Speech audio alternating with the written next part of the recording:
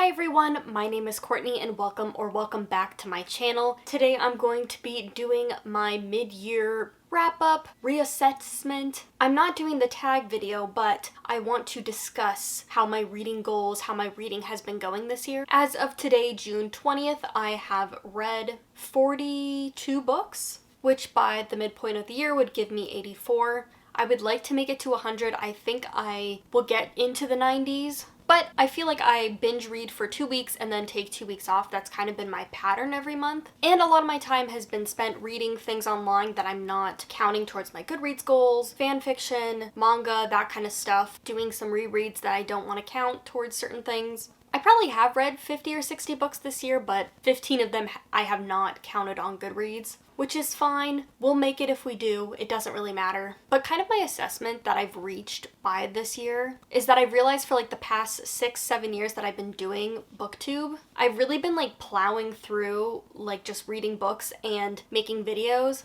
Reading books has been like just the way I cope. It's always been the way I cope. I wouldn't necessarily always call it an escape, especially since I've gotten into the writing craft and been super critical sometimes, but reading has always just been the thing that I've needed to do and wanted to do. And I don't really know how to describe or understand why I've been that way because I've literally been doing it since I can remember. But I've definitely taken this plowing through approach with making videos and BookTube as well. It's something that I think about, it's something that I'm conscious of, but at the same time it's like, oh, it's another week. Do I want to make a video? What is that video going to be about? BookTube to me a lot of times feels more like a documentation process of like who I am and what I'm reading. And I feel like I've had a lot of documentation without reflection. So I think going forward I want to be more assessive of myself. And it's weird because like I have been doing like wrap-up videos for the entire time I've been on BookTube. I do end of the year stuff, I do midway through the year stuff. And so like I am being reflective of the kind of reader I am. But I don't really think about like, oh, I read these books and liked them when I was 20. Do I really feel the same way about them now? Do I even feel the same way about them that I did a couple months ago? I'm not like a quote person. Like quotes just are not really something that I attach to. And like while I love good craft, again, it's like writing doesn't really stick with me.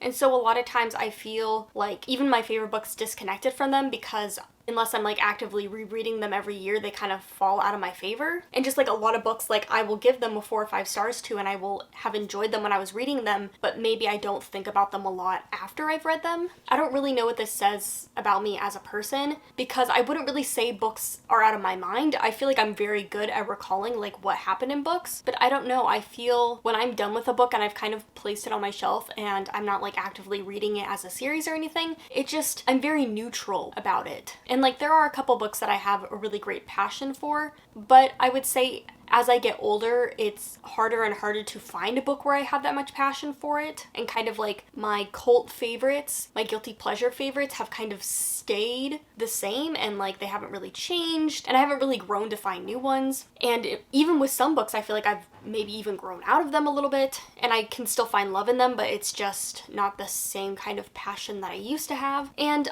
I want to know what that says about me, what that says about my reading, and I want to make more reflective experimental videos thinking about that kind of stuff going forward. So I don't know when that's going to pan out in my filming, but it's just something I'm thinking about a lot right now and like the idea of reflecting in. But kind of let's go over what I've read this year so far, or at least some of the ones that have really stuck with me. As far as favorites go, Harrow the Ninth really sticks out to me. This is an adult fantasy sci-fi series, and it's kind of kooky all over the place, and it's just a wild ride. Middle Game is a book that I really, really loved. I just love the slow character pace of it. Ended up reading when I was taking a lot of long walks around New York City. I even took it to the Met and read it for like 6 hours, but I wouldn't say that I'm really reflecting on the book a lot. That's one of those books where I feel pretty neutral about it now. Like in the moment I gave it 5 stars and I really enjoyed it, but it's a book I probably would need to reread to like really solidify as a favorite because I'm already getting fuzzy on it. She Who Became the Sun really stands out for me. That one was really fun. Again, this is like a character-driven fantasy and I just loved seeing the character choices, how brutal they were, just kind of seeing them go through the paces. And then the Bear and the Nightingale series also really sticks out to me because I read that series back to back. The Winter Night series is again an adult fantasy series. and this one is just really focused on a young woman finding her place and dealing with like the misogynistic society that she lives in. And this is a series that I think back on, I'm like, ooh, this had stakes, this hurt me, this was in some points hard to read, but it was also so good, and I loved how it dealt with characters. And from that list, you can really tell that standouts for me have been the adult sci-fi fantasies. That's what's really getting into my brain and sticking with me. But I think that will change as we go from summer into fall, because now is the time when I really start reading a lot of YA contemporary, especially queer reads. But with the standouts of the year, of course, there are going to be books that I don't love as much. The final Girl of Fates and Fury book did not work for me. Oaths of Legacy was a really big disappointment, probably my least favorite book of the year. Out Now, unfortunately, just did not work for me. It's a short story collection. It just fell really flat. And even Shorefall a little bit, especially the beginning of that book, I was just not loving. And you will see in my June wrap-up video, Fence Striking Distance was also a really big disappointment to me. Probably neck and neck with Oaths of Legacy for being like the worst book I've read this year. And I would say for the most part, I've been liking what I've reading, but again, back to that neutrality, I feel pretty much neutral about a lot of what I read, and I've been looking at things objectively. So 3-4 star, that's kind of where I've been heading to with a lot of these books, and there's been very few like standouts like, yes, this is my thing, in that 4.5 5-star category. I don't think there's any reason for this besides me getting more and more critical as a reader and thinking of books in the way I want to review them. But I have noticed in the past couple years, as my audiobook count has gone up, the kind of distance I put books at has been greater. My attention span has been down, so there's so many times where I'm reading like a 4-star, a 3-star book physically, and it's really difficult for me to get through them. Audiobooks has been a way to really help me engage with the story and get through books. Otherwise, I will be taking breaks from the book every 10 minutes. But I feel like with audiobooks also, it's easier to read the books, but it's not as easy necessarily to fall deeply into the books. When I'm reading a really good book physically, I don't even notice I'm reading. And sometimes that happens with audiobooks, but I think there is something linked to reading physically versus reading as an audiobook, at least for me. I don't want to take down the amount of audiobooks that I'm reading, because it's obviously helping me so much with my attention span, but I do think that there is a little bit of correlation with me being super attached to books. But that's kind of it for the reflective part. Let's get into what I set up my goals to be. So my first goal was to finish up some series, and I set out to read 4 series. So I wanted to finish The Girls of Paper and Fire with the final book. I wanted to catch up on the Graceling Realm series with Winterkeep. I wanted to read the 4th and final book of the Wayfarer series. And I wanted to finish the Exon Genesis series, which I needed to read 2 books for. And it's 6 months into the year, and I've done all of those goals. I finished Girls of Paper and Fire, I finished Graceling, I finished Wayfarers, and I finished all of those series or caught up on them. But with that, I've started 8 new series. 5 of which I've caught up on, but I think I have 11 book series in progress. So catching up and finishing series, while I did finish the ones I wanted to finish, I'm not really helping myself and keeping my series count down. Besides the series I wanted to catch up on, I also made a list of the top 10 books that I wanted to read in 2022. It ended up being 11 books, but I finished 9 of the 11. Again, that was Girls of Fate and Fury, Winterkeep, The Galaxy and the Ground Within, Adulthood Rights, Imago, Hair of the Ninth, 400 Souls, Yoke, Where the Drowned Girls Go, and then the 2 I have not completed, which is Fevered Star and Bloodmarked. Bloodmarked is coming out either this week or next month, I think. I think it's coming out very soon. Fevered Star has come out, but I'm just waiting for the audiobook to come into the library for me. It should be coming in with the next couple weeks. Bloodmarked, I should finish by the end of the year, but again, I know I'm going to be waiting in line at the library probably for a long time, so we'll see with that. But yes, I had a list of 11, I've completed 9 of them, so I'm pretty happy with that. So going forward, I've picked up 5 new books that I would like to read by the end of 2022. So for that list of 5, besides what I have on my TBR, obviously, I would like to read the new A Psalm for the Wild Built book. This is a new novella series by Becky Chambers. I believe the 2nd book is coming out sometime this year, so I'd like to get to that. The final Foundryside book is coming out very soon, and since I started that series, I would like to complete it this year as well. The final Bonds of Brass book is coming out. Again, I started this series this year, so I'd like to finish it. I don't have high hopes for this book, but again, I would like to finish it. The final Call Down the Hawk book is slated to come out this year. It's called Grey Warren. I love this series, so I would like to read it when it comes out. And then the next Locked Tomb book is also slated to release in September, I believe. And again, this is a new series I've started, so I'd like to stay on track with it. So as far as book reading goals, obviously been doing super well since I'm adding new books to the list. So let's get into some of my stats. So one of the things I wanted to do was read more nonfiction. I believe I read 3 last year, and I wanted it to be somewhere closer to like a 10.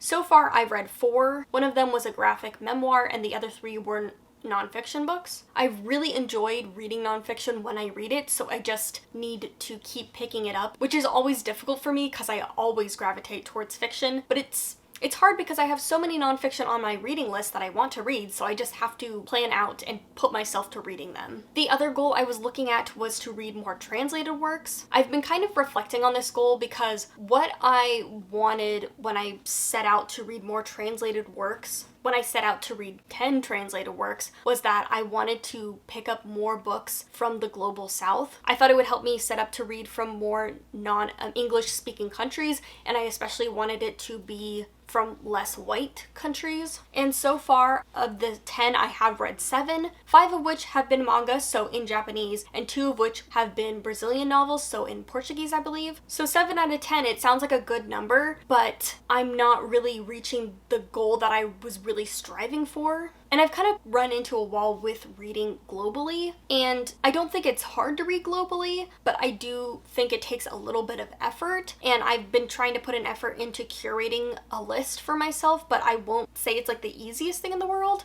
So I feel like there's a couple barriers to reading globally, especially as an American, part of which is like my own situation, that I have to figure out for myself. Part of it is publishing. So the biggest thing is that when I'm looking for works in translation, especially when I'm looking for books that are from South America, Africa, and Southeast Asia, there are definitely countries that get a bigger priority than others in the translating world. And there are definitely certain types of books that get precedent, especially for American publishing. So for instance, if you want to read any translated work from a certain country, some countries are going to be a lot easier than other ones, especially those countries that have an easier language to translate from, or easier, if they're speaking a Roman language kind of a deal. But it's also, again, it's a certain type of book that's being translated. A lot of them are written by white authors who have went to these countries that I see on these lists. A lot of them, if they are translated works, are historical fiction or literary fiction. There's not really a kind of wide array of genres. And again, there's countries that are more popular for books to be picked up than other ones. And the other thing is especially if you're looking for translated works from those countries, a lot of these authors are writing in English. I feel like the other big thing is that there are a lot of authors that are from different countries that grow up there or were raised there, but have since moved to English-speaking countries like Canada, the United States, Britain, Australia, whatever, and they are now, immigrated citizens of that country that are writing in English. And obviously they are taking those experiences and writing them in their stories, but it does become muddled ground when you're like trying to read from authors that are from certain countries or books that take place in certain countries, and especially like if you're looking for translated works. And I think I just need to set a different goal for myself. So yes, I want to keep trying to find and read translated works, and it's hard because I want to read from people that live and still live in those countries, but it probably is a lot easier to read from the diaspora. So again, I think that's where I'm coming from when I'm going to be looking for books that are written by authors set in those countries. Because, I like to read from, the American perspective. I like to read books that are set in America, especially with regards to, race and growing up in between worlds and that kind of thing. But it's not really helping my goal if I keep only reading those type of books. So yeah, I've given myself a lot to think about when I'm thinking about reading globally and reading translated works. But getting out of goals and into statistics, my big statistics are my queer authors. This looks the same as always, which is about a little over 50% of my books are queer. As for my POC books, I'm reading at 54% of my reading has been by white authors, which is similar to how I was reading in 2020 versus how I was reading in 2021, where I upped my stats a lot.